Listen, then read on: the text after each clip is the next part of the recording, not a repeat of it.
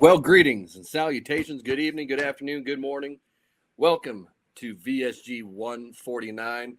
I don't know about anybody else, but I'm super excited to talk football tonight because the past, 36 hours were travel hell for me and my family trying to get back from family vacation.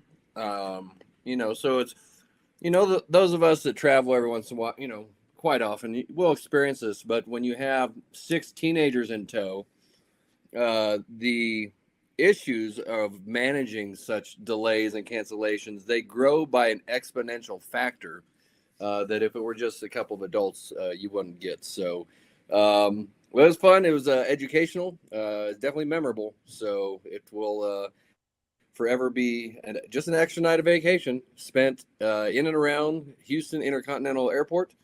So they got the ins and outs of that. They got to feel what it might be like to sleep on the airport floor until the fine folks at Marriott found us a couple hotel rooms. So I don't know about you, DY, but I'm ready to talk about some football. Oh man, I am too. Maybe for different reasons, and maybe not as badly as you are. But God bless you, and God bless Miss Tally Luxner, because I know that was an adventure. Yeah, it was. And I don't know if that's an incorrect judgment to have 6 teenagers on the trip, because I look at it, you could split them up, sure, but then you're just prolonging the agony. So you might as well just get it over. It's like taking a Band-Aid off. Just do it all at once. Right. Do it all at once, huh? Yeah. And they're great teenagers, so until they have to sleep in the airport floor, maybe.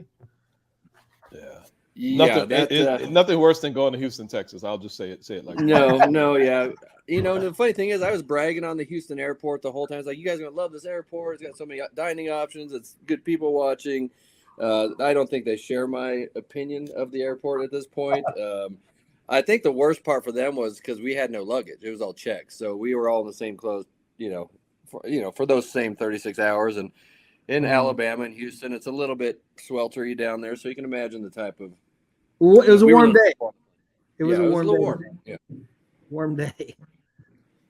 So anyway, we're home. We made it. We're good. I feel like the issues revolve more around maybe just airline having a great, otherwise fantastic airline having an off weekend, and not so much around the airport specifically. Maybe. We learned a lot of the inner workings of the United system and all of its flaws. Like, we got to talk to some pilots, some flight attendants, and we got to peek behind the curtain. We're like, ooh, maybe it's time for some upgrades. Oh, that's interesting. Interesting. Really interesting to hear. Interested to hear that story and get some insight. Yeah, well, I don't know if you do, because I don't know if you have any other options. I was going to say, it's not like I have any other place, so whatever. Are they going to control the weather, Corey? Is that? Do they have control the weather? That is where it started. So the weather in New York, but then their scheduling software went on the fritz. So they didn't know where crews were, kind of like what happened in Southwest, but not to the same degree. But same thing. That sounds like the same person who wrote Quick Rough wrote that. Oh, sorry. Did I say that out loud? Dang, dude. Are you on a non-compete there? I don't know. Yeah. Well, I said the weather. I made the weather statement because I wanted to set something up, which is just fabulous. I worked the game this past weekend. We were supposed to have rain starting at 3, according to some weather apps. Then the rain was going to come at 5, according to other weather apps. Then we were definitely getting it at 6:30, according to some weather apps, and multiple other weather apps absolutely had us having the game interrupted at about 7. We never had one interruption or one drop of rain. Weather apps are just amazing. I'm going to go download my first weather app tonight because they seem to be so valuable. They weren't scared off the rain for you. You were prepared for it, and so it didn't happen. If you were prepared, it would have came. So yes. I'm downloading my weather app as we speak. Please let me know which 6 you get.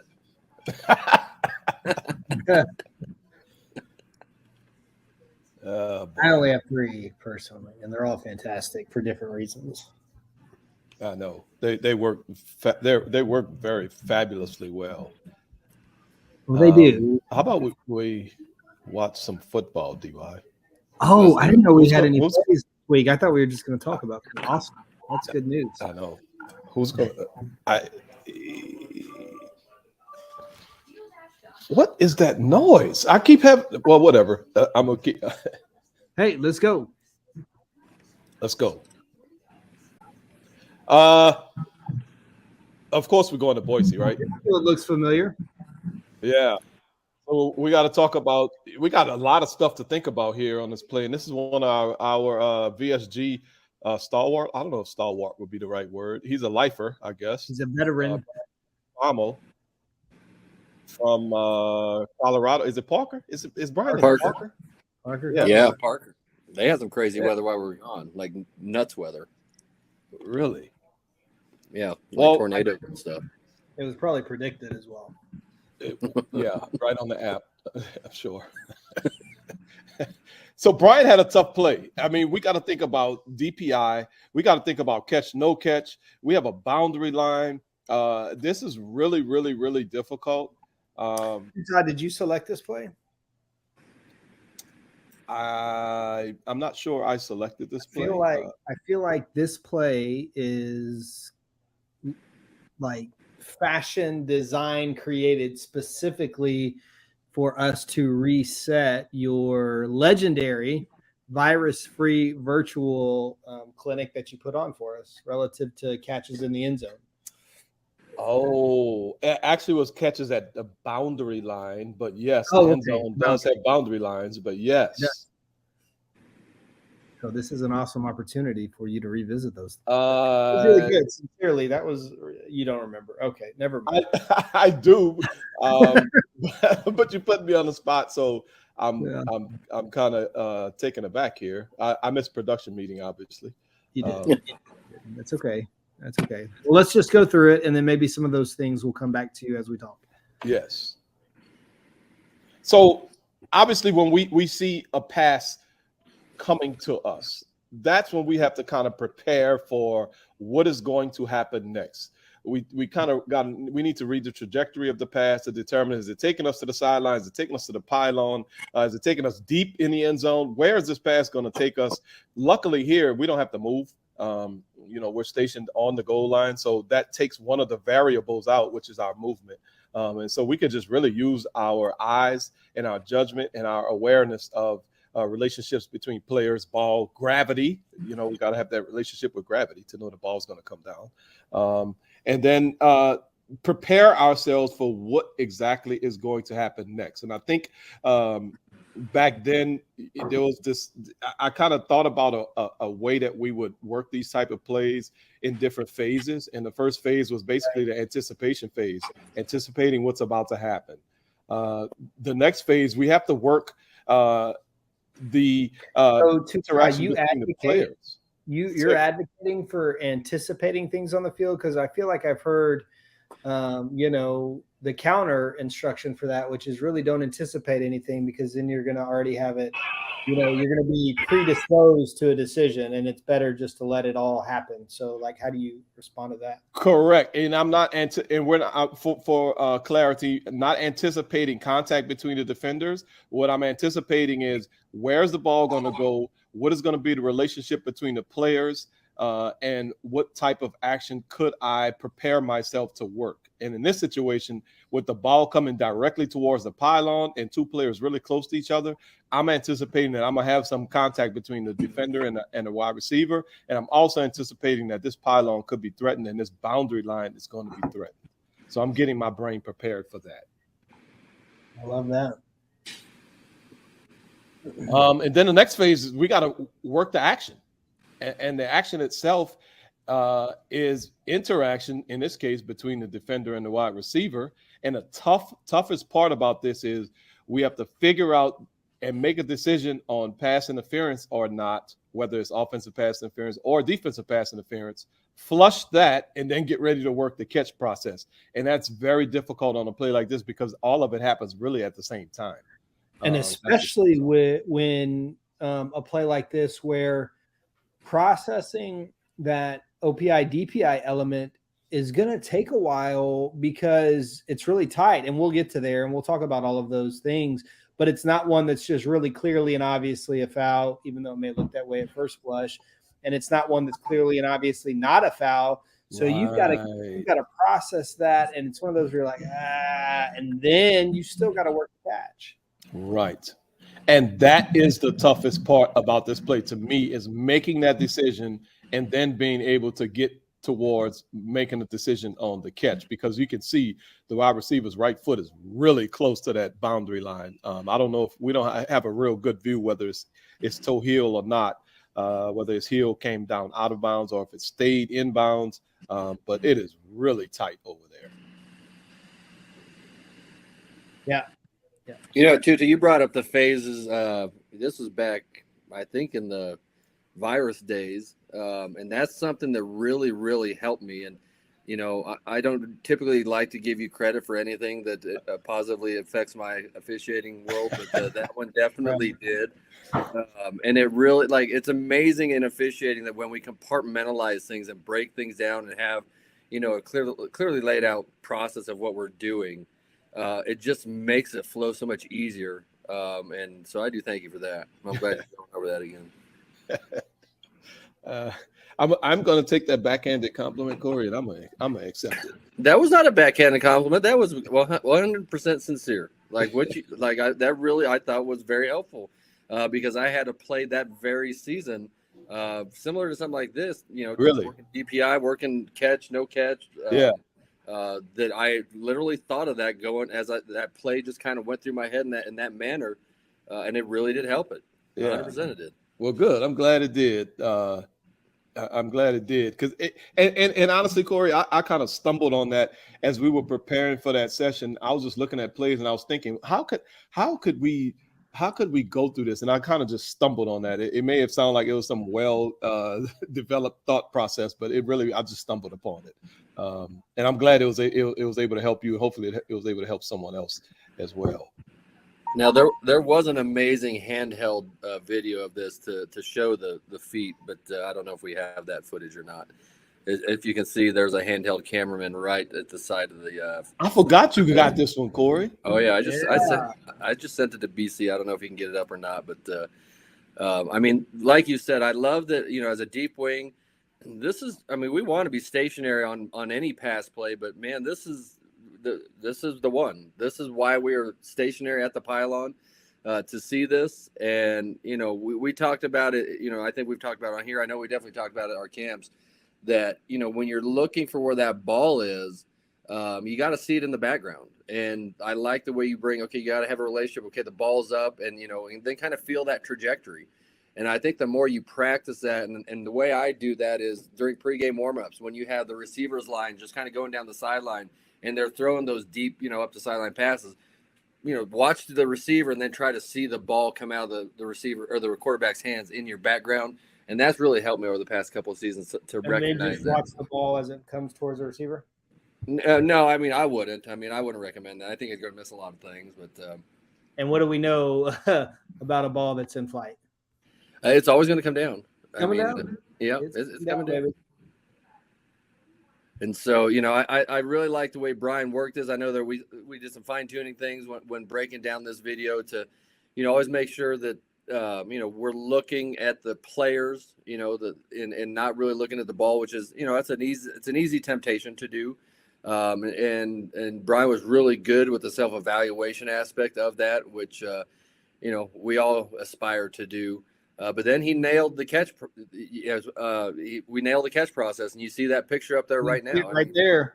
I mean, that's indisputable visual evidence if I've ever seen. I mean, granted, it's a still frame, but you know, I really like the pace with which he worked this, because we have a lot of things coming to a head all at the same point, and so we have a lot of decisions going through our brain, and so the more that we slow down and kind of let our brains catch up to what, you know, the visual input that just received. You know, I liked the pace and everything like that. So from a catch, no catch, this was great. I don't know if we want to talk about PI aspects or not. But I think, yeah, let's do that for sure. But then the other piece I would say relative to just Brian's, like, and it's probably the same. It's just a different way of saying what you said, Corey, just a really composed ruling. You know, I'm just buying everything Brian's selling here. Nice and smooth. There's not a lot of, what we typically see, especially in camp setting and these kinds of plays, is a lot of urgency, right? Which And by itself, the idea of urgency isn't necessarily negative, but when we're watching an official who looks urgent, it looks really similar to frantic. And that's not what we want to portray. And this is a really calm, just composed ruling. Now DY, from a back judge perspective, where can we help with this? And because that's something that we kind of talked about on the field after this play, that the deep wing is going to lose relationship with the football at probably the exact wrong time you want to do that. So where would the back judge could the back judge be involved in this? Yeah, no, that's a great point, Corey, because the back judge is going to the ball in the air also, right? And right. So you're working the action. You have the luxury of being separated from it, so you're working the action from far away, and you're thinking about, this really doesn't look great, the contact between the defender and the receiver, but you also don't really have the whole picture, right? Like, from the back judge's perspective, you're going to be thinking about one thing, but you also have to realize you may not have, and look, you may feel like you have enough to throw a flag, and we're going to talk about that, I think. But what we need to do and make sure that we do is, whether or not we feel like, because you may feel uncomfortable, but just feel like, golly, I just don't see enough of the detail to know if there's a foul here. But what we can be really helpful with is firm control aspect of this play. We can be looking for the receiver, or in this case, the defender, going to the ground, and whether or not he keeps firm control. And then when he goes out of bounds, is there a bobble that maybe the deep wing won't see because of just his orientation and the way the receiver defender kind of turns away from him? So we just want to be prepared to contribute in that situation, and just like Tutas said, we want to anticipate those kinds of things and be looking for them so we're ready for them when they happen.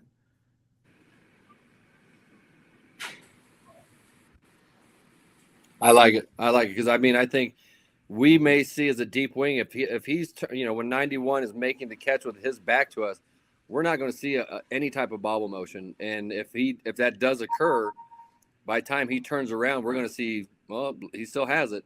So I think that as a deep wing, we may want to just take a quick glance over there while we're processing everything else. Not to add anything else on top of Brian's plate here, but I think that's one thing that it would not be a bad habit to get into. Yeah, no, I agree for sure. Okay, so go ahead. You got it. Yeah. No, I was just saying that, now, obviously the first phase that, I never heard the anticipation phase, or maybe I forgot that one. Maybe that one wasn't as impactful from Tuta, but we'll just go with it. The DPI phase is, I think that's the first thing we need to work on this, obviously, or OPI for that matter. And boy, we see a lot of contact here, and we had players behind where Brian was saying, oh, that's PI. Some saying, oh no, it's not. There may have been some disagreement between positions on the field or position trainers on the field that that's PI or it's not. But I really because as soon as Brian turned around and he was done with his, kind of his reps out there, we went over this play, and the way he described it was exactly how it looked when you see it on video. He's like, I had them with their arms. I just never really saw any type of a push off. I didn't see anybody having an advantage, any type of a grab.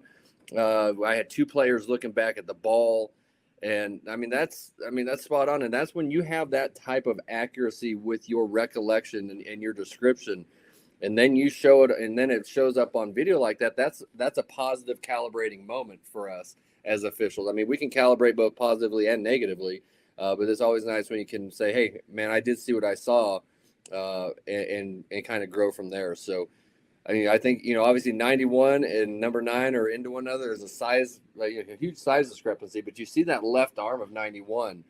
And on the field, I was like, boy, I really didn't like how that looked.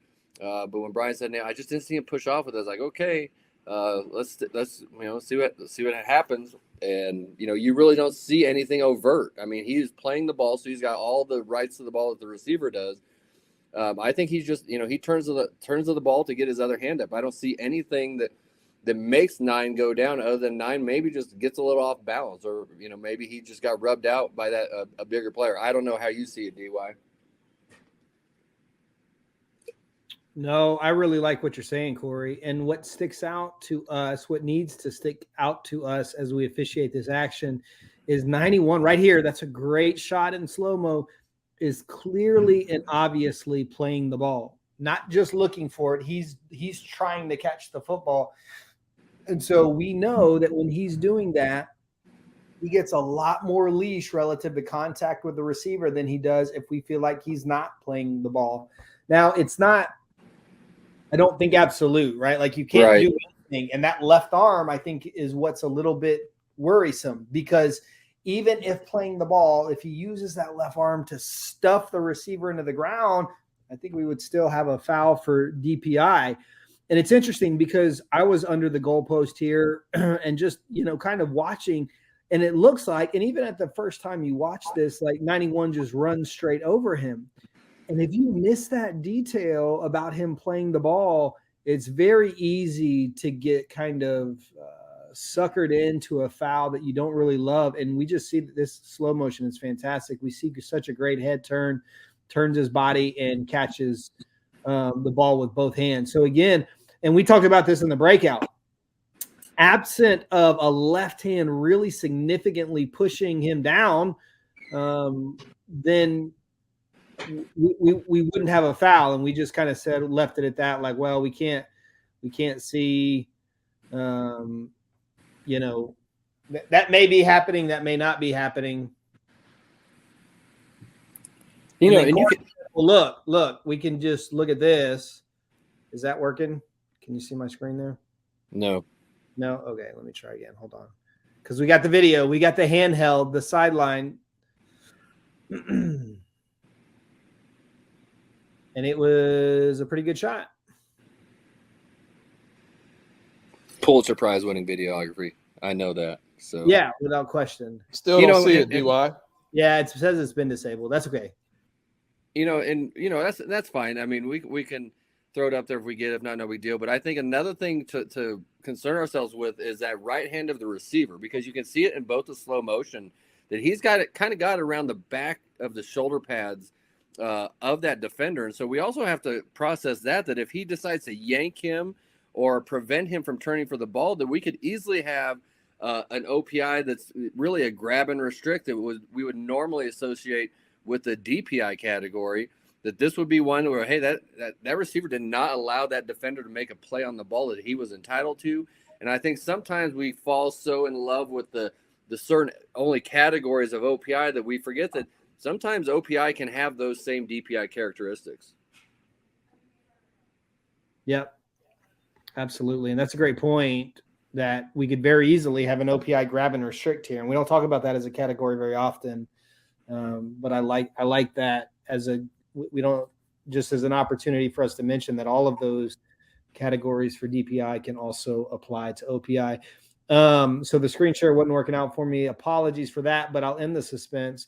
There's no push with that left hand at all. And so what we have here is a really ugly collision. I wouldn't even call it a collision, just bumping between a receiver and a defender playing the ball, and makes a great play on the ball. And I think the judgment that we end up here with a catch and bounds in the end zone and no foul for DPI and no foul for OPI is really strong officiating. And like you said, we talked about some things at camp, but where we landed here, I think, is a really positive place. And he comes up with a touchback signal. I mean, you got so many things firing right there that I could easily see myself coming up with touchdown and just, brain farting. And so, right. This, when all of our line of scrimmage brothers and sisters say, oh, you got one guy, it's like, all right, we also got these plays to work. So I'll leave it at that. Yeah, right. And then you have to actually work action with 4 different things happening. Yeah. Actually referee a football play. And yeah, we don't need to do that. Yeah, we don't need to go there. Yeah. I think they know it. Yeah, that's right. And you and I know it. And that's enough. All right, Tuta, what are we missing here, man? Nothing. I love it. I'm just listening and learning. I just in the chat, I love the comment that Corey used. The word Corey used was overt. And I just don't see overt action. I think a lot of times we will throw a flag because we see contact and we see a player go to the ground. Well, with no overt act by either of the players, I don't see how we could have a foul. Utah, that's such a great point, man. That's such a great point because you used to really referee football when you were a deep official. Try to remember what that was like. And how many times did you see something and you were like, ooh, no. But then as you tried to categorize it into your catalog of DPI categories, it just didn't fit. It doesn't fit, right. We had all those plays. And then when you go back and you evaluate that and you go, well, golly, it's just not a foul. Right. And that's why it's so important that we have these really, really deeply ingrained really as all perimeter officials and certainly as deep officials, the categories, we talk about them and you see them on probably 7 or 8 PowerPoint slides throughout the course of your, career as you're going through trainings, but they really are valuable. And if you haven't come to a place in your practice where you have those internalized and you can just bring them up, you're putting yourself at risk really more for cheap fouls that aren't really fouls, more so than missing stuff. So I don't just encourage, any of our kind of 0 to 5 year folks that are still trying to learn those to get those locked down, because that's exactly what Tutaw's talking about is, okay, but what did he do? Where are we going to put this if we're going to say it's DPI? And on this play, there's just nowhere to put it. Oh, here we go. Okay, this one came to us, another one of our good pure officiating VSG buddies, John Stein, who's been with us for some time. He asked us about this play. This is probably one of the more crazy DPI actions that I've seen, and I honestly, DY, you were talking about as you were trying to respond to John, how you just typed in circles for like an hour, and then I responded to you in a way that was like, what's wrong with you? This is clearly and obviously not an foul for something that deep tip, but it's like you look at this play and you have no idea what to call this, what to do with it. So I would love to just hear, what you and Corey are thinking, how you would process a play like this. Yeah, and that was one of the better pieces of creative writing I've ever seen. I was super impressed. That was really well done. Your response is that was. But yeah, let me go through it because I've worked through this a little bit, Corey, and then hopefully maybe that'll do it. Give you some fuel to kind of come back at, because one of the things, again, John reached out to us that I told him was, look, this is just me. There's no pre-production here. So hopefully I would expect that there's some dissenting opinions, and it'll be interested to hear where everybody lands on it. So look, clearly and obviously from just that angle, and we can certainly see it from the all 30 angle, there is contact here by the defender against the receiver. We're talking about the number 1 receiver at the bottom of the formation here in the black top. Clearly we can see contact that is illegal in nature, right? Like that kind of contact against an eligible receiver, when the ball's in the air, is not legal. What we have to try to decide is, what role does the fact that the ball's not thrown to him play? And then what role does the fact that the ball was tipped play or not play? Because, well, the first thing we can say is whether or not the ball was thrown to him, that's not really our standard. We know that. We can go through that pretty quickly. The standard is whether or not the ball is catchable, right? That's what we're looking for, catchability. So then the next thing is, okay, the ball's tipped, but does that really matter? Because if we broke this down frame by frame, what you would see is that the ball is tipped just before, or rather just after the illegal contact starts. The defender gets into the receiver's body while he's not playing the ball. The ball is in the air, and it's just a hair before the ball is touched. So then what does that mean? We know by rule there's no DPI for a ball that's touched beyond the neutral zone by Team B. So then, well, what do we do with that? Does the timing of the tip matter? Yes or no? And then does the proximity of the tip? Because we had a similar play to this in Phoenix that we talked about in VSG, in fact. But this one, to me is a lot tougher. So here's as I type through circles, my first instinct was, you know what? The ball wouldn't be catchable to this receiver absent the tip. And then I went back and I thought, I don't know if that's true. If this ball's not tipped, he may actually have a shot at catching it. And then I went back and thought, well, the ball is tipped. And because of that tip, he's got a legitimate shot to catch it. But then is that just like a bailout because he really wouldn't have had a chance? Or would he have had a chance? And I couldn't come to a conclusion. So here's where I kind of landed. We have this caveat in the rules relative to a ball being touched beyond the neutral zone because, in my opinion, it changes the landscape of all of the action, all of the pieces that we're trying to put together so drastically, right? It makes everything different. And so where I landed was I felt like having a foul here just didn't feel right because this tip ball changes how everything occurs. And then, by the way, I think if the ball's not tipped, we have to ask ourselves, okay, does the receiver stop and try to come back towards the line of scrimmage, which maybe exacerbates the potential fouling action by the defender because there's a grab there at the end and he kind of keeps pulling him? Would we even see that without the tip? And then without seeing that, would this look as egregious to us?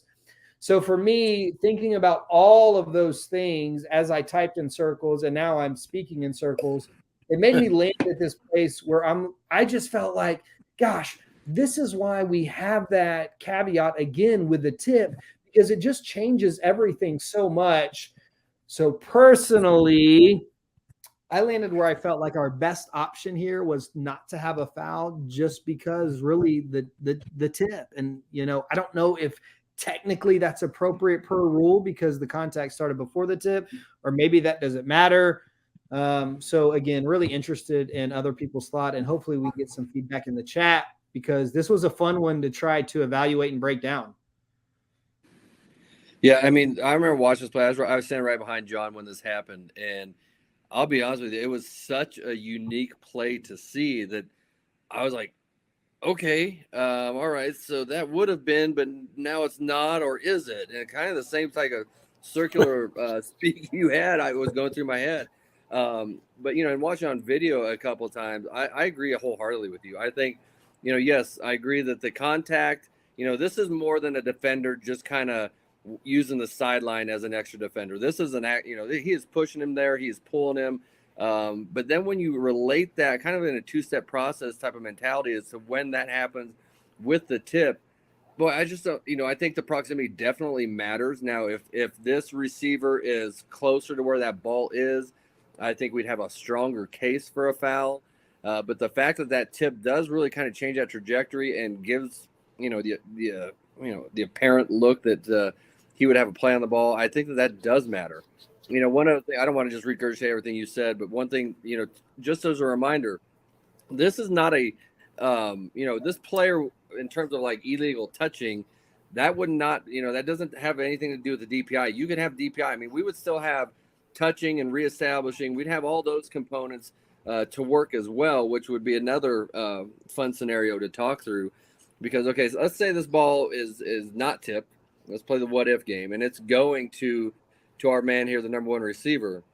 We'd have a whole lot of things to compute. We'd have to talk about, okay, we have DPI, which, but then that's a force out. But so we still, first touching then would be, or illegal touching of a pass would be off the table. But that receiver would still have to reestablish in bounds to be able to catch the ball, but he's not ineligible, correct? Yeah. That's a great point. So, I mean, we can't throw out DPI just, he's out of bounds, he's ineligible, because that's just not the case. Yeah, that's right. Yeah, that's a really good point, Corey. And then also the alternative to that is something we need to make sure we consider. If he steps out of bounds on his own, now DPI is off the table because he's ineligible. Yep. And so just understanding that, and that goes back to that first play, compartmentalizing and having those phases of, okay, this happened, and now so here's the consequence of that. And now here this happened, and this play's a really good play and you could probably what if it to death, to be honest. Oh, 100%. 100%. So let me ask you a question. Is the push out the foul, or is the pull the foul, or are both of them the fouling action? I think you could do both. I mean, you could have a not playing the ball by him just pushing the guy, or a cutoff would probably be a more appropriate category of DPI, because he has no relationship with the football. He is just pushing that dude out of bounds. Right. But then when the receiver tries to swim through that, the dude just grabs him and he keeps pulling that way. So, I mean, you got two chances to get a category right on this one, in my opinion. Right. So, and that was the reason why I was asking, because I guess I was going in my brain saying, if the receiver getting pushed out of bounds is not a foul, then can the pull be a foul once he pulled him while he was out of bounds? But I would be. Go ahead. Well, I would be a little more convicted to say no on that. I don't think in that case we could have a foul at all. I would right. Right. Oh, is that where you're going? That is where I was going, because that's what I'm thinking. Like, wait a minute. If we say this push out is legal, it's just a legal chuck, then how can the pull be a foul? Because now we have a receiver who's out of bounds, but he's not ineligible if he gets pushed out. He's eligible if he reestablishes, but if he goes out on his own, then he is ineligible. Yeah. So that's kind of what I was thinking on this play, even though honestly I think the push out occurred while the ball was in the air anyway. So I don't know if that's necessarily relevant, but it was just a kind of a what if I was thinking. Some clown wrote in the chat about you can't hold unless making a play for a loose ball. And yes, we can't just hold players. Defenders can't hold players unless they're trying to pursue the ball or the ball carrier. So he's trying to make a case here. It sounds like for DH after the ball is tipped when DPI is off the table, which I don't necessarily like. I've never been a fan of that. I don't know that I could really mount a really technical argument against it, but especially in this case when the guy's out of bounds, I really struggle. I would really struggle. It would feel like a technicality to call this right. Right. I mean, he's not wrong. What's that, Corey? Well, I mean, from a DH standpoint, I think we just run this through the filter, or, our two-step process. If as soon as we see that grab, where's the ball? And I think it's almost on the turf. I mean, I think it's still up, but I'm with you, DY. I'd have a hard time finding this for DH. Yeah. I think he's advocating for one of the really rare scenarios where unicorn. You could have a unicorn, have a DH with the ball in the air. I mean, I think it's possible. Like, if you could probably envision it, a ball that careens, 3-4 feet in the air above the head of the receivers, and a defender just throw a receiver to the ground who had the potential to get that loose ball, you would probably need to consider DH in that case for whatever reason. In this scenario, it just doesn't feel right. Great play. We probably didn't provide a whole. I certainly didn't. A ton of clarity on it. If nothing else, it's a great play just to watch and consider a whole bunch of different outcomes. Because guess what? You'll never see this exact play again in the history of your career. But you may see something like it. And so just kind of working through this and having a catalog for what you think about these different things can be beneficial. I mean, I think we'd have a better case for the hold if that push was a hold at that point. I think, at that point, I think I'd have a much more comfortable time with DH. But considering that that's the second category, if you will, that's where I just have a hard time. Yeah. Whew. It's a good one. Well, hold on, because I'm on FR 104. Well, that's I'm good. reading 934B.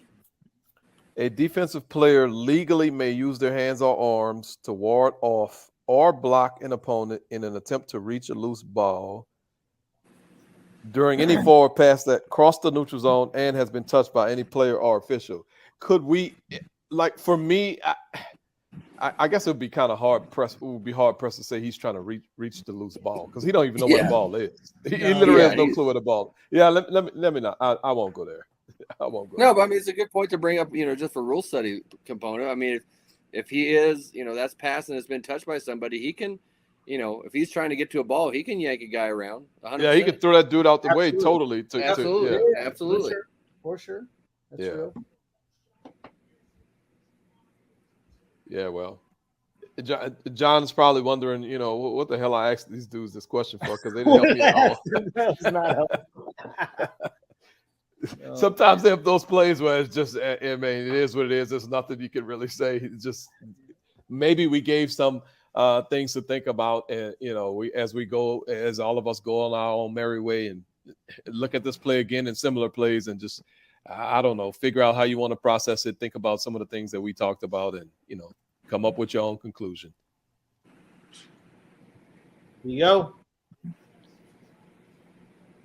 I think let's make this a takeaway. Yes. It's not so just basic to say, well, the ball was touched, there's no potential for a foul. We've got to evaluate the timing, the proximity, and you got to just keep officiating the action. Excellent point. There we go. All right, let's look at another category of DPI. Sorry. There we go. We're going to see a pass up the seam. The end zone angle is a really good look at it. And we see that the arm around the waist. And we talk about strike zone a lot of times on pass interference actions. Definitely need to be looking between the waist and the shoulders because that's where all of the action is going to occur relative to DPI. So what do we see here on this play, and how do we evaluate this action? I've got a play that could challenge that, but we'll save that for another day. The feet, yeah, I know you're going to go into the tangled feet mess, but yeah, in general, 99% of the fouls are going to occur between the shoulders and the waist. Right. What do we see here on this particular play? Because this is another interesting DPI type of action. Well, I mean, let's first talk about the category we're concerned with here is hook and turn. Primarily, I think you could have a little aspect of play through the back, but I don't think that's the one that we're focusing on here. And so with a hook and turn, you have to have both of those components. You can, it's completely legal to have a hand on a player's hip or on a player's back, on whatever. What creates this category of fouls when you do get that turn component, but then you have to take it another step further. And what is that in relationship to when the pass arrives? And so to me, hook and turn is one of those that sometimes it's kind of one of those illusions. It's like the guy walking through the desert and you see the oasis, and next thing you know, you're drinking a handful of sand because it just looks like something that's not really there. And I'm not saying that that's what this is here. I'm just saying that it can be a tough one because especially from the deep position, sometimes we don't have a relationship with where that ball is is this the X-axis that goes from sideline to sideline? To use the XY. We got to ask Mr. John Roan that question. I'm not quite sure. He's probably got that copyrighted too, so we owe him tens and tens of cents for that copyright infringement. So sorry about that, Mr. Roan. Boy, I mean, when I first saw this, the more I see this, it's like, why is that? The receiver's shoulders definitely do turn, but what is creating that turn? Is it him trying to play the ball, play the trajectory of the ball, or is it because the hand on the hip? And the more I've watched this, it certainly looks like that hand is there to do that. But then you run it through is the ball there already by the time the turn happens? And that's for me where I think I say I do not like this as a hook and turn DPI, but that's just me. So I'll sit back. I don't know if I'm in the dissenting opinion or not.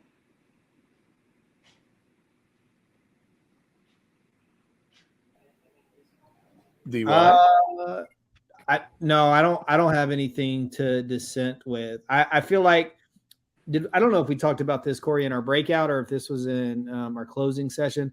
I do feel like at the end I see a shoulder turn, but that's the two components is the hook and then the turn, and then the third component is okay. Well, where's the ball? And so it may not be. It could be an optical illusion, and he's just kind of acrobating for it. In my mind, just the way I visualize this, there's a turn there at the end, but it's after the ball has hit his hand. So in that case, all bets are off. And so I agree that this is a deceptive action to officiate, because you're going to see the hand on the waist, especially from the back judge looking kind of down the pipe here. That's going to jump out at you, especially also at the deep wing to the right there, which is our field judge for this camp at the bottom in this angle.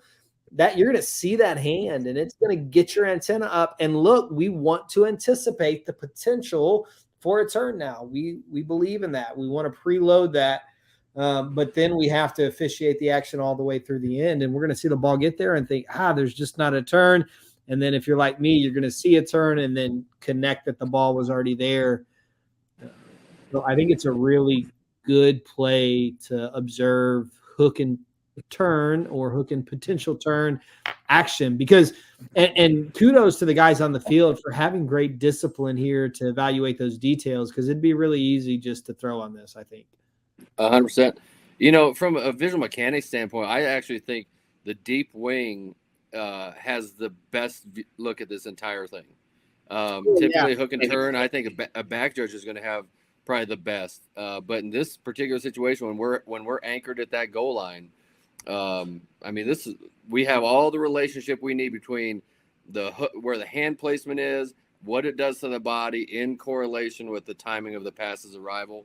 And I think that's a better look, just slightly, than what the back judge has. Yeah, absolutely. And then just mechanically, I don't, if I'm the back judge on this play, and John did a great job throughout camp, I'm just asking myself, what's the value of me running in towards this action? I'm not necessarily anything negative about it. Doesn't really affect our very stationary through the action. For me personally, I would like to see myself not do that and just stay on the inline, officiate through the dead ball action. And then if I need to come help with the ball, come do that. So just a small thing, but that's what we're here for. Sometimes small things. Hey, can and I apologize if I missed it. Can we talk about the timing? Is the timing? I know we talked about the hook without the turn and the deceptive nature of the fact that the turn occurred after the pass was already being touched by the receiver. Can we talk about the timing of the actual hook? Do we feel like that's bang, bang? Can we bail out the defender for that? Or was he contacted early enough that would, if we saw any restrictive action, constitute DPI? Well, we did talk about for like 5 minutes, but that's okay. We'll go back and do it again. The turn component is where we need to have that timing. And so it's not so much the contact, it's when the turn happens. And so, bang, bang, I don't know if we want to, I guess we can to simplify it if you want to go that route. And, bang, bang to me just means that all that happened at or about the same time. And I think that component, the turn component of it is, at or after the ball's arrival. And I think DY, I think that's where you landed as well. Yeah, absolutely. And Tuta, I certainly hope you're not distracted this evening with other things, but I think, and I don't know if this is what you're asking. I think the hook is early. I think if that hook results in a turn at that same time, we got the potential for a foul. It's not much early, but it's a touch early. And so if that hook results in an immediate turn, then we would probably have the timing element necessary to have a foul for DPI. That is exactly what I was asking. If the hook itself was early, not necessarily the turning aspect, just the actual contact from the defender, the initial contact. I think it is. What do you think? I'm on the fence, but I can easily be swayed. Yeah, it's close. It's close. Yeah. But we see it right there. The ball's not down yet. And again, it's close. And I think that's no bueno. Right. And I also think, DY, that even, you and I had a really good conversation one time. And then we had a game in a spring game, and we saw a literal play that proved it to both of us that even with quote unquote bang, bang, there are times when our eyes and our visual awareness can clearly show impact to a receiver, even if the contact was quote unquote bang, bang. Yeah. And so I don't like to necessarily lean on bang, bang. But I do see in this one that the contact is early. I feel like if you can't tell, then it's bang, bang. And if you can see the effect on the receiver and then you can see the ball, man, just go ahead and go with what you see. I don't know. That's me. Yeah. All right. It's a DPI extravaganza. Oh, we ain't done. I'm gonna call it a bonanza. We're gonna go past extravaganza to bonanza. Shoulder to shoulder contact is not DPI. We've heard that a million times, right? Yes, correct. Is that a complete statement, an incomplete statement? Is there some nuance to it or what? Let me ask that question before I even hit play on this video. Shoulder to shoulder contact may not be DPI, but it may be DPI. All right. I guess. I like it. Let's take a look at this play. Oh, we watched this one in our breakout. Remember, Corey? Yep. So this is clear and obvious shoulder to shoulder contact, correct? Absolutely. No. That's shoulder to shoulder. You can't. Yeah, shoulder to shoulder. I think he's hitting the dude shoulder to shoulder. So now, how can we get to because we've heard. I know I've heard that. Oh, if it's shoulder to shoulder, it's not a foul. How can we evaluate this action with a little more nuance? Because I think I have maybe a different opinion on just blanket statement. Shoulder to shoulder is not a foul. Let me do this. Let me just talk about that in a vacuum, and then maybe you guys can apply it to this action and see what you think. Really, what we intend to mean when we talk about shoulder to shoulder is we're trying to juxtapose it next to a defender going through the back of a receiver. And when we say shoulder to shoulder, we've said that the defender has gotten equal position. Maybe this is the x-axis. I don't know. We'd have to ask Sean. Think about it like that, like the same yard line position, and he's making a play on the ball. So he may bang into a receiver, but if he's gotten to that same yard line and he's trying to catch the ball, well, then that's not a foul. And that's where that shoulder-to-shoulder philosophy or approach to DPI comes in. Does that make sense? Yes. Okay. So now let's talk about what that looks like or how we see this in relationship to that. Well, I mean, what I see is go ahead, Tuta. Go ahead. You ask. No, go ahead. No, you're the expert. No. You're the expert. I was going to ask a question. I wasn't even going to make a statement. You go ahead. Okay, so by what all those criteria, if we will, of what DY just talked about, if we are playing the ball, the shoulder to shoulder component really is where we're looking to say, no, that's probably not DPI. But then you have to me, the shoulder to shoulder aspect, you have to run it through the filter of, is that defender actually playing the ball or is he playing the man? Right. And when you look at this here, this cornerback or whatever he is, he has no idea where the ball is.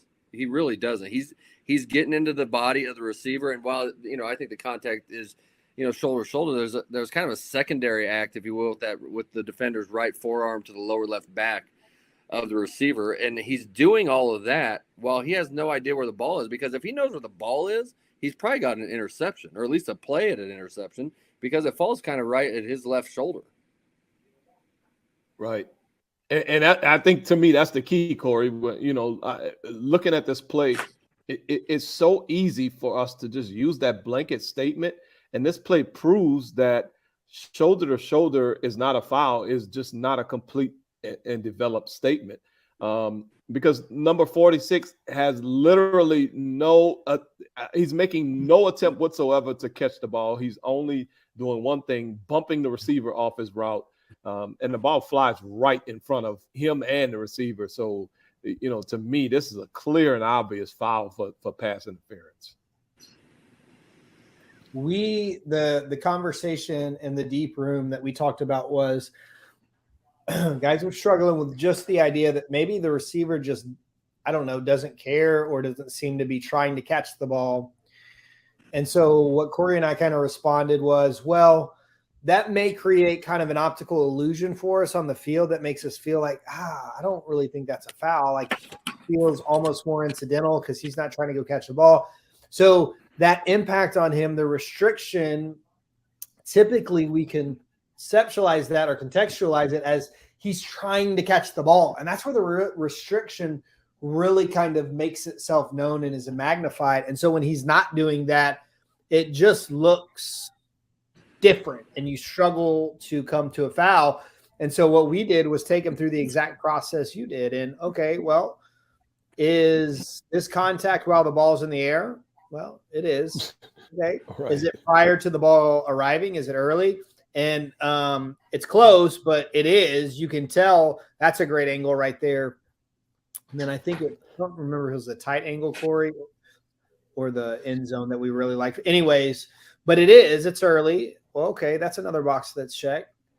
Is the defender playing the ball? No, he's not playing the ball. Okay. Does he impact the receiver's ability to catch it, whether or not he's trying to or we can see him trying to? He does. And then last thing is it catchable? Absolutely, it's catchable. So it checks all those boxes, and yet it's strange to us. Yeah. I love what you just did, DY. I'm actually kind of surprised because I thought all y'all did was sing Kumbaya in the deep breakouts, but it sounds like y'all actually worked through processes and we sharpen iron. That was amazing. Yeah, we sharpen. Well, Tuto, I mean, DY and I are on to what you and Brandon are doing for this VSG 149. You're really trying to get a deep perspective of how we run a breakout session in our camp and really trying to improve your process for your breakout session. So I applaud you for putting this together like this. So we're all getting better together. I like that. The referee center judge room has consistently been at the top of the ratings in satisfactory and customer satisfaction. Well, in every single survey and that's fine. In the history of camps. Well, maybe you should give the survey out to all the other groups too. Now that was a backhand. All right. Yeah, I know. All right, let's continue this bonanza. Very similar type of situation where we see a defender impacting a receiver, and it's questionable whether he's playing the ball or not playing the ball. And so what do we see here on this particular play? Well, I think let's first identify what categories, since we're doing this DPI bonanza, what category or what filter are we working here? And I think two come to my mind, and number one is cutoff, and number two is not playing the ball, which I think to have a cutoff, I think you still can have a cutoff if you're playing the ball, but that's it's pretty rare, and we're not worried about catching unicorns like you guys. So I'm thinking we're working cutoff here. Is that what you're working, DY? Yeah, I agree, Corey. I think cutoff's the category that this may or may not fall into. And so I think by and large, at least for me, I guess I'll speak from my own perspective. Cutoff to me is the hardest category of DPI to officiate because it just doesn't typically stand out in the ways that the others, the hook and turns, the grab and restricts, the playing through the backs, that those typically would just kind of stand out. These can have a little bit more subtlety to them. I mean, thankfully, this player is disproving that theory because to me, this dude this free safety, to me, he recognizes that the ball and the receiver are coming into his area, and he just plants and stops. And while yes, the defender has equal rights to an area of the field, he's got to have established area of the field. And I don't think we could. There's no doubt in my mind that this is definitely not that. I like what you said, established, Corey. Like he can't. Had he been already in the position he was in when the collision occurred, then we would have a totally different evaluation versus him running into that position and then stopping. Correct. As the receiver contacted him. Yeah. What if I said, well, guys, the ball's way overthrown relative to that receiver?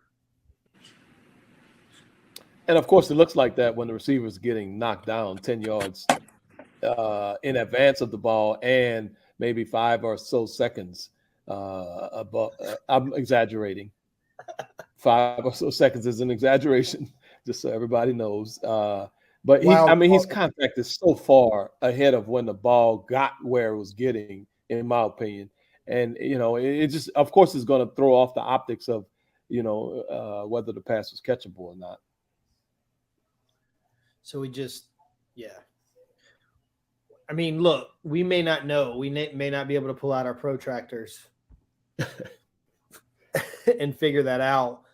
But in a situation like this, where whether it's not playing the ball, playing through the back, cut off, if the ball's in the field of play and we're running vertical, it's got to be really extreme for us to come to the conclusion like the ball's uncatchable, right? Right. Like that, he's on the ground while the ball's in the air, so who knows where he would have ended up.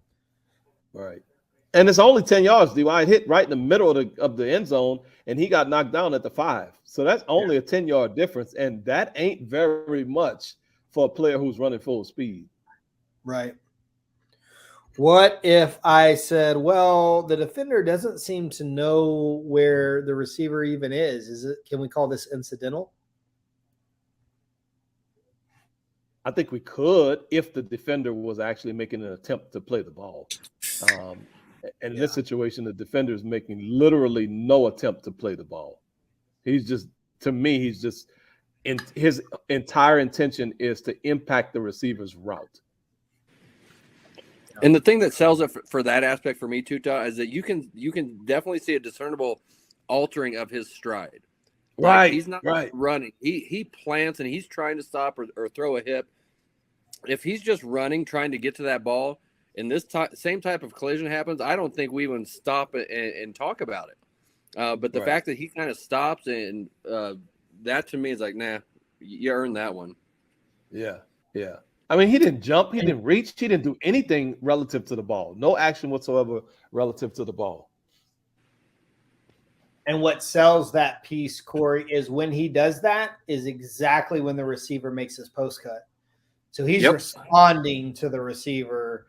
So it's really hard. And not playing the ball, you put those two things together, it's really hard to sell that the contact's just incidental because he's playing the receiver. Absolutely. I mean, I think if we want to see cutoff, I would hope that they all stand there. I would love if they all look like this. To be quite honest with you, his body language is weird. I could see being on the field and getting caught off guard and feeling like, well, they just ran into each other. And so I think our message for that is okay, but think about his movement. Think about whether or not he's established his position, and then think about, is he playing the ball or not? And then kind of piece those three things together. Well, there we go. So we're looking at Go ahead, D.Y. I thought we were moving on, so I had a comment in general. No, go ahead. Well, I just think that finally we get to plays that actually matter, and we're getting through a record number. All right. Okay, where's the mute button? I didn't know that's where you were going. One interesting thing is these are what I was going to say. I was going to give some credit to the deep officials. These are odd and not standard DPI plays that we're looking at. These are crazy plays. Some of them it's stuff that will maybe take us off guard a little bit. So hopefully we're looking at some things that, that some of us, these are not the garden variety DPIs that we look at every day when we, No. get in a deep session. Yeah, no, absolutely. These are all really interesting, just some interesting little kind of nuances to them that you don't get to see that often, which makes these plays really, really valuable. And I would just encourage all of us to come back to these as we continue preparing for the season, because those are the ones that, man, when you get those right, you just, gosh, it's because of preparation. These things happen on the field that you're just not used to. And if you haven't, workshopped them, pre-gamed them, it's really easy to get caught off guard and get the wrong decision or get the right decision because you're lucky, which is fun, I guess. And I can't help but steal a little bit of thunder from the deep officials. We're going to add some real value to this. Let's look at the right guard's block, and we'll just go quick. Right guard, clear and obvious twist and throw down of the defender. It'll be really easy for us to just tell ourselves, well, the ball's already gone. We can't do that. With an overt fouling action such as this and the ball being thrown directly over basically the trajectory of the pass went directly over where that restriction occurred. That is the passing lane, and that is a clear and obvious impact on that defender. So that, to me, is a foul for offensive holding that we would want to call, and I would hope that our referee would be the person that would have a good look at that particular fouling action. Right guard, throw down right in the same passing lane where the ball goes. I think we talked about that in the breakout too, Corey. We most certainly I don't did. know why y'all are talking about that in the breakout. Y'all need to go do something else that you have. We officiate football, baby. That's all we do. All we do. All right, here we go again. This is similar to, we talked about hook and turn before. This is another similar type of hook and turn. And guess what? The first one was on the hip. This one happens to be on the shoulder. So do we have a foul? Do we not have a foul? Don't know. This is the same student athlete that cheated on the last play. So, one thing we can say is, some dudes just cheat. And maybe this dude is just a cheater. I don't know, but maybe this is not even a foul. What do y'all see on this particular play? Well, I agree with you. That the left hand's on the shoulder. I don't agree with your category that you're using. Oh, I like it, Corey. I like it. Yeah, Right, I don't agree that this is hook and turn. Because if you're playing hook and turn, then you have no turn ever. Right. You have him slapping pinning that left arm down, but that's not our hook and turn. And so, to me, we're using playing through the back mainly here, because he's playing through that offensive player to make a play on the ball, and you typically are not allowed to do that at most levels of football. So you have playing through the back. What about grab and restrict? Because you say you pinned the left arm down. Could we say grab and restrict? Absolutely. I mean, because he's got his left hand on the left bicep of that receiver, and that's definitely going to affect his ability to get both hands up for the ball. And I think dependent upon your position on the field, one's going to stand out more so than the other, because I think from a deep wing perspective, this is going to look a lot like playing through the back, but from a back judge perspective, this is going to look more so like the grab and restrict that you just brought up. Yes. Okay. So let's talk about timing. I don't know. To me, this is clearly and obviously very early, and I don't know if we can get away with like calling this bang bang type of action. This is obviously early, right? Oh, 100%, 100%. And I think the way that we can know that is to say, okay, would this defender have had a hand on the football without going through that receiver to do it? And that, to me, helps the timing component, because had he not gone through that player, he probably doesn't get it. He doesn't have 8-foot arms. At least it doesn't look like. He may have long arms, but not that long. He's not going to get that ball so far out in front of where that receiver is without, kind of plowing through the receiver's right shoulder. But, timing is everything with DPI. I mean, that's been a consistent topic with almost every single one of these, is that the contact or the restriction has to have an element of timing in relation to when the ball is arriving. And playing to the back, I think, is the one that can is the most oftentimes discarded because of bang bang. But this one, obviously you see contact and then the ball's arrival. So there is definitely an element of time between those two actions, in my opinion. Yeah. Daniel, the back judge would have the best look at this, right? I think that's clear and obvious. Yeah, absolutely. In fact, we were working line judge and field judge to the bottom throughout all camp. So back judge would, I don't know if he'd start inside because there's a lot of space, but he would get back once we read pass, get back to this receiver and have just watch this entire thing kind of set up and develop. And you have you and Corey, you in full agreement with Corey, I'm assuming, relative to the nature of this being a foul or not a foul and his evaluation of the action.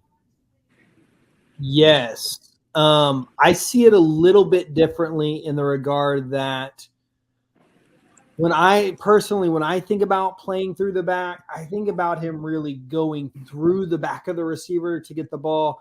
And what I see more here is him just kind of getting tight to his back and riding him down. I like grab and restrict more. I feel like he puts that left arm on him and pulls him to the ground almost. I'm not suggesting playing through the back is incorrect by any stretch, but for me, the way I see it, like he keeps running forward. They're both running forward where just the way I think about playing through the back most often is a receiver who's more stationary and just gets plowed into the back early. But certainly early and certainly fouling. I wouldn't say playing through the back is wrong by any stretch.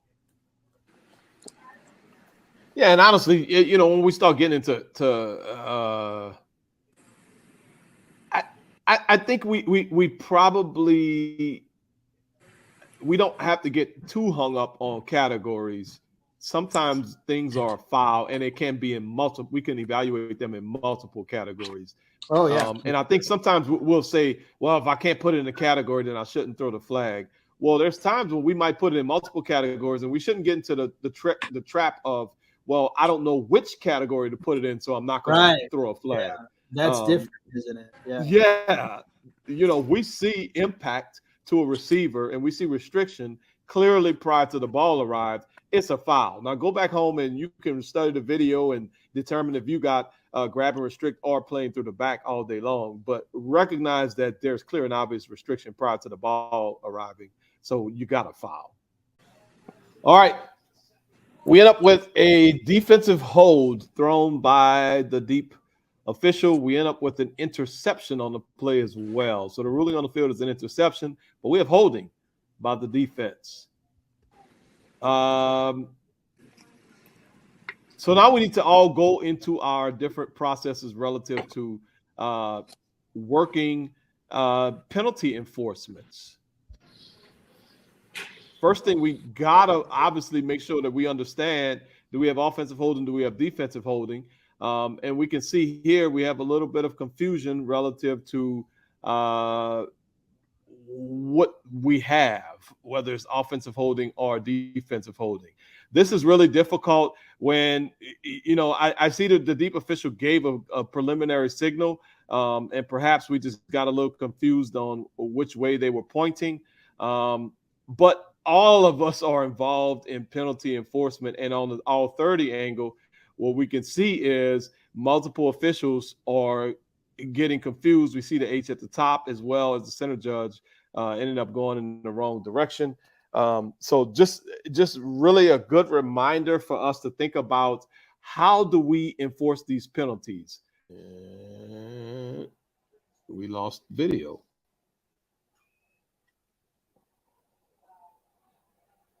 Okay, let me keep talking. The discussion basically is, how do we all work to penalties, and what are we all doing? What is all of our processes? And we all have to be very much in tune to what's going on so that we can seamlessly work this process throughout, and then we don't have interruptions when the referee is making this announcement as well, because that ended up happening. We'll get on the audio in a little bit. But here's the deal, and we don't want to beat people up.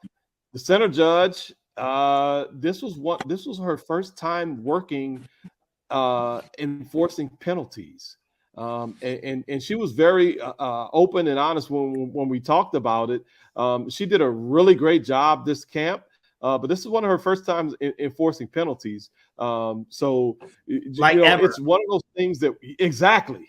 And so what is the rest of us doing? Let's say, because we have times when unfortunately, I hate to admit this. I've worked umpire recently, and I've had to enforce penalties, and I've done them wrong. I've enforced penalties incorrectly. So it's something that happens to all of us. So what is the rest of the crew doing to support, our fellow crewmates in a situation like this? So obviously we all know defensive holding on an interception, result of play is a turnover on downs. We're going to go to the previous spot. We're going to go enforce 10 yards the opposite way. Previous spot, you can see where the line of scrimmage official at the top is holding the line of scrimmage at the 21-yard line. We're going to go 10 and go the other way. So just think about our processes. That was the point of this play, really, just to think about how do we all support each other when we work penalty enforcement processes. And we all can't just start walking, because what we ended up seeing is the line of scrimmage official at the top just started walking with the center judge as she started enforcing the penalty towards the offense instead of towards the defense, which is an honest mistake. And so you have to, if you're the line of scrimmage official, you got to know what you can't just. It's not just an empty mechanic where you're just walking with the center judge, right? Right. You got to know what the penalty is and where we're going, and that's why we have these processes in place. And if you're doing this and you're walking it off and you're realizing, man, I don't really know, I'm just following the center judge. Well, you're missing an opportunity to help the crew both just holistically and then, efficiency rather. And then, so also I think we can just, as the back judge, really strong call here for DH. But whenever we're evaluating our performance, let's make sure we're going through all of the elements relative to what we do, because that's how we continue to grow and to improve our craft overall. And so make sure when you've got a foul, let's be really, really demonstrative. And this is something that I've struggled with in the past too, so I can certainly relate. But let's make sure that we're letting everybody, but mainly the referee, know that we have that foul. We're looking at him. We're blowing our whistle loud. We're getting his attention, because the sooner we get his attention, the less we have to run in. And so then we're just saving energy, and that's a good thing. We can save some steps. Great preliminary signal. Nobody's looking. Referee has no clue. So let's get his attention, give a strong preliminary, and then let's make sure that we're kind of engaged in the rest of the process. Right. And I was actually with this weekend, we were talking, some of the other officials were talking. Well, we noticed the back judge blew his whistle, killed the clock, and went to his 0-2-0 first. What I think we need to lean on going to our preliminary signal first before going to the 0-2-0 as well. Because once we give that funny whistle, well, everybody's going to look and say, what in the world is wrong with this dude? He's blowing his whistle like a clown. Well, now we give a preliminary signal. Well, now everyone in the world knows what's wrong with this dude. He has a flag on the ground. And this is why I have a flag on the ground preliminary signal. And then we can go to the 0-2-0 and give the referee the number later after we give the preliminary signal, because the preliminary signal helps every other official on the field understand what's going on as well. Yeah, no, I totally agree. The first step in this entire process is making sure the referee knows what's going on. And we don't want to do that with 0-2-0. No. There's just no clarity. That's too easy for voices to be misunderstood as someone else. And wait, who is that? Where? And looking around. That's why we've got whistles. Use the whistle, use the strong preliminary, and then we can backdoor it with the 0-2-0 to supplement with any information that's appropriate. Yeah. So this is a very interesting visual mechanics play. Start out with trips to the top of the screen, which is to the defense's left, offense's right. And then we know how that works. I don't know if we're going to call this a bunch, if we're going to call it trips. But then we see some very interesting action by the head pin of the bunch. DY, and let's see, how would you evaluate this as if you're the back judge? Are you evaluating this as a trips? Or are you evaluating this as a bunch? And then how do you work that this play as it develops? Well, I think you just told us you're evaluating it as a bunch. No, I said trips and bunch. I said both. Well, then you said the head pin of the bunch. Right. I think it's a bunch too. I think okay. They're not all on top of each other, but that's a stack. When they're this tight to each other, we want to think about this as a bunch because they can go underneath and cross each other so quickly that being locked into just 1, 2, and 3, I don't think is our most effective way visually to operate on this tight of a grouping of receivers. So I really like looking at this as a bunch as well. I think that's our best bet. I don't know if Corey has a different opinion, but that's where I'm at. No, I'd be bunch 100, hopefully 100 times out of 100 here, especially consider where we're at on the field. But probably even in the middle of the field, I would be working this as a bunch. Okay, so I'm a back judge. I'm working this as a bunch. One dude drags and another dude kind of slants, but both of them come straight towards where I am.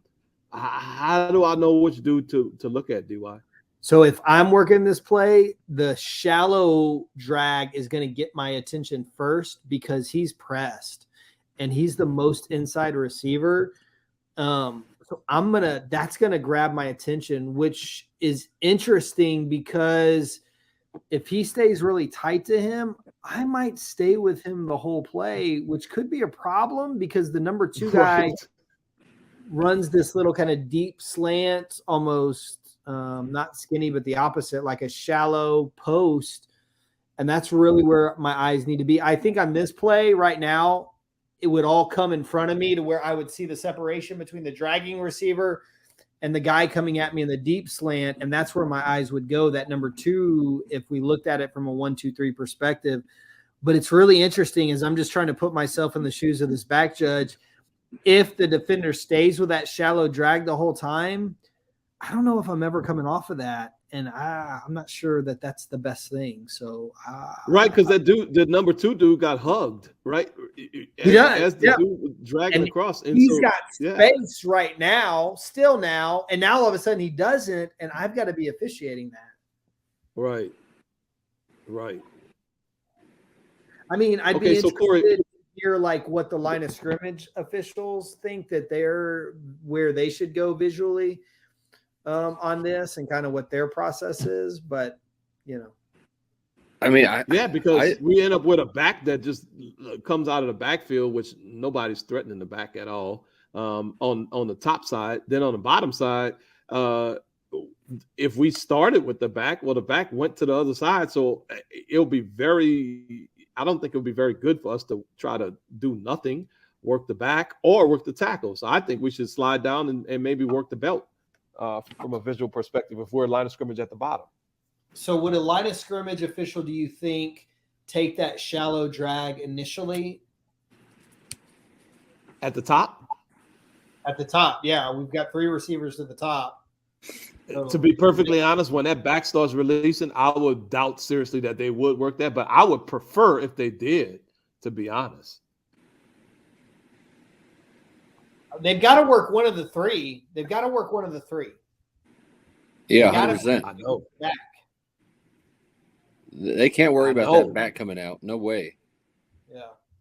That's so scary. If that's the case, then they need to work the shallow drag. I would think they need to work the shallow because the other 2 went straight deep. I think you're right. I mean, because DY, I know I'm all 3 days into being a back judge again, but I think I would go to that second guy coming deeper and rely on my line of scrimmage brothers and sisters to get those shallow routes. I think that's the right thing. I do. Only because I think I get you where you're saying where he's pressed up, but boy, if by the time we come off that press to see that action against the number 2 receiver, I don't know if we see the whole thing. No, I'm not saying there's a foul there. I just don't know if we see the detail that we're hoping to get. Yeah, for sure.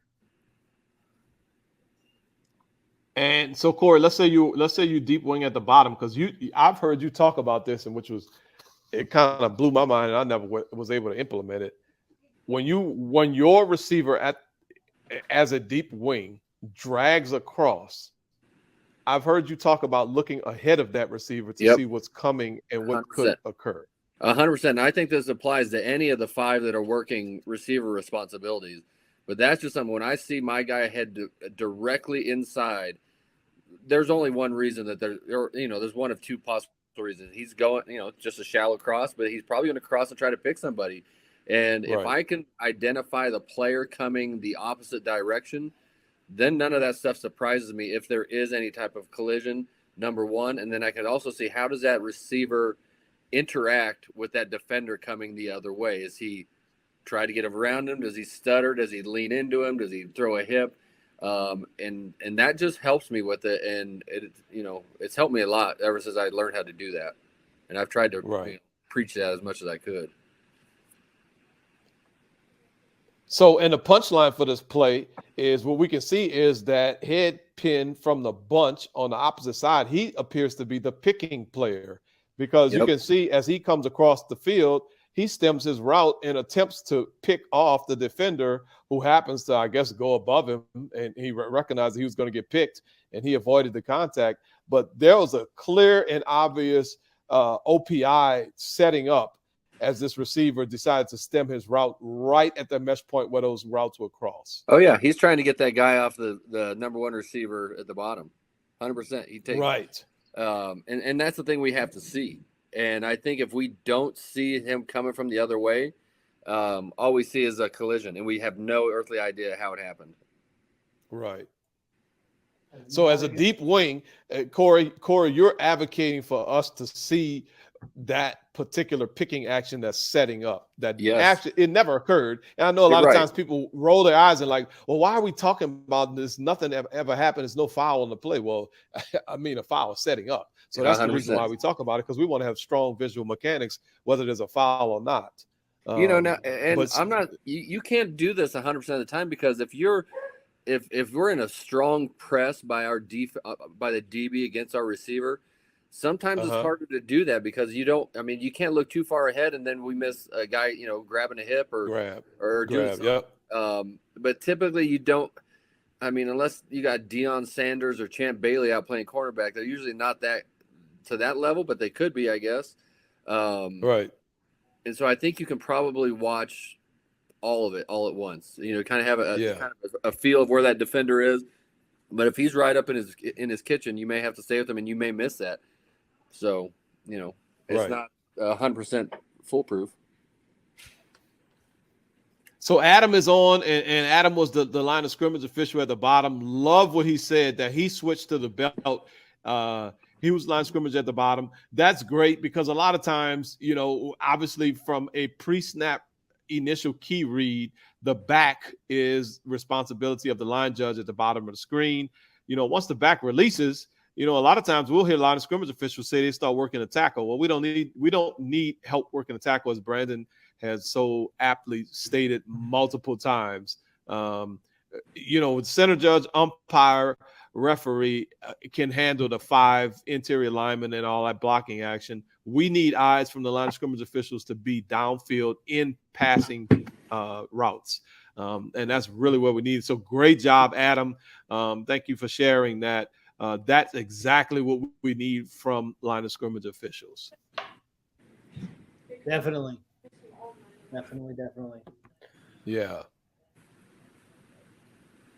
All right. Well, that was DPI 101, I guess, with a little mix of OPI towards the end right there. Not just 101. There was some upper level stuff in there too, I think, especially early. One other aspect. Before I got one other thing to talk about this play, and that's from the number 1 receiver from the bottom. He ends up getting wrapped up as this quarterback's beginning to scramble, or appears, or maybe he's just kind of boxing out. But from a visual mechanics standpoint, that could pose a problem, because if we as a deep wing to the bottom decide to switch off and maybe pick up the number 2 from the bunch, that's leaving the number 1 guy completely unwatched. And Yes. I think that we need to stay with him a little bit longer in the red zone. And I know DY, you've talked about this at length in breakouts, that in the red zone, stay if you're on the fence. So I stay with my initial key longer or not, stay with them longer, and that's exactly for this purpose. Exactly right. Just stay with your guy. If he's not threatened for foul, then you can go find something to officiate. Apart from that, stay with your guy, and we'll all do that, and then we won't have holes. Yep. Except for at the beginning of the bunch when the back judge takes the wrong guy. So let me ask you this question. Does the fact that the quarterback is rolling to the opposite side help us maybe say it's easier for me not to worry about this receiver coming towards me as a deep wing at the bottom I'm talking about? So this receiver is rolling towards me. Let me stay with my guy who went all the way on the other side of the field longer. Does it help that the quarterback is on that side, or does that even matter? Yes and no. I mean, if we have full, if the quarterback just starts sprinting right, and instead of reversing direction and then just start sprinting, we pretty much know that the left side of the field is a long shot, and I think we can use it. It's not to say that we can abandon it entirely, but I think we can kind of cheat over that side and kind of pick up action that's closer to where the passer's eyes may be. Right. Cool.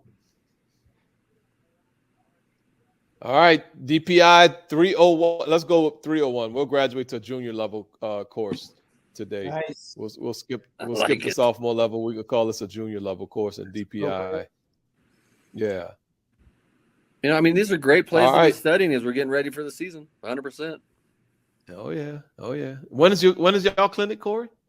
July the 12th or 13th. One of those. Oh, y'all are coming early. up. Okay. Yeah, 2 weeks. Yeah. Okay. Nice. We don't go until the 19th or the 20th, I believe. We go a week later. Just a week after, yeah. Yeah. We're a week later.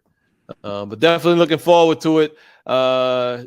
We got this. What is this? RefQuest RQ Plus stuff. Oh, I don't even know. I got an ugly email about that the other day. I did too, DY. I was like, I guess I better register on this. Heard of this before, but I guess whatever. Right. The thing didn't even work for me. I was trying to log in and it didn't work. They had my name wrong and everything was just, I'm like, what is this crap? But whatever. So RQ Plus it is. No more Arbiter. And we're all on RQ Plus now. So did you know they have a weather app in RQ Plus, Tuta? I will immediately have you turn that crap off. I'm turning it off. VSG 149 has come full circle. Yes, sir. That's funny. All right. Well, I guess we'll have to do 150 next week. Do it. I'll be here. Yep. All right. Later. Adios. All right. See you guys.